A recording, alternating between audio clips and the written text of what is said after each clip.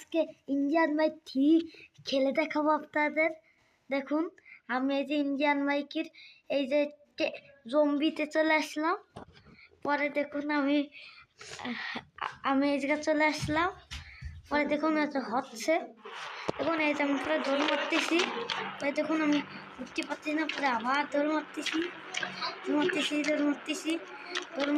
তো দৌড় মারতে পরে আমার নতুন গাড়িটাকে নিয়ে আমি জম্বি মারতে যাবো।